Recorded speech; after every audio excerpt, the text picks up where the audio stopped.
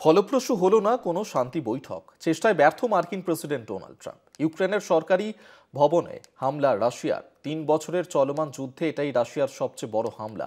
৮০টি drone দিয়ে ইউক্রেনের সচিবালয় সহ রাজধানী কিয়েভের একাধিক জায়গায় হামলা চালায় মস্কো। দাউ দাউ করে চলতে থাকে কিয়েভের প্রশাসনিক ভবন। পাল্টা হামলা চালিয়েছে ইউক্রেন। শনিবার রাতের ঘটনা, বিকট বিস্ফোরণের শব্দ।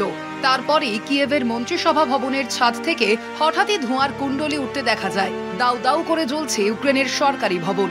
কিয়েভের তরফে জানানো হয় ৮০৫টি ড্রোন এবং বেশ কয়েকটি মিসাইল নিয়ে রাজধানী কিয়েভের বিভিন্ন প্রান্তে হামলা চালিয়েছিল রুশ সেনা। হামলা অব্যাহত থাকে রবিবার সকাল অবধি। এদিন সকালে আক্রমণ করা হয় সচিবালয়ে, যার জেরে আগুনের গ্রাসে চলে গিয়েছে গোটা ভবন। দুই দেশের মধ্যে চলমান যুদ্ধের অবসানের বদলে আরও যেন তেড়ে ফুঁড়ে উঠে শক্তি প্রদর্শনের খেলায় মত্ত যুদ্ধরত দুই পক্ষ। ঘটনার জেরে এখনো পর্যন্ত ৩ জনের মৃত্যুর খবর উঠে এসেছে। মৃতদের মধ্যে রয়েছে ১ বছরের এক শিশুও। ইউক্রেনের প্রধানমন্ত্রী ইউলিয়া সভরিডেনকোর মতে এখনো পর্যন্ত আকাশপথে রাশিয়ার এটাই সবচেয়ে বড় হামলা। বিস্ফোরণের ফলে সে দেশের বেশ কিছু জায়গায় বিদ্যুৎ সংযোগ বিচ্ছিন্ন হয়ে গিয়েছে। ক্ষতিগ্রস্ত হয়েছে পরিবহন ব্যবস্থা। ২০২২ সালের ফেব্রুয়ারি থেকে চলমান রাশিয়া ইউক্রেন যুদ্ধ।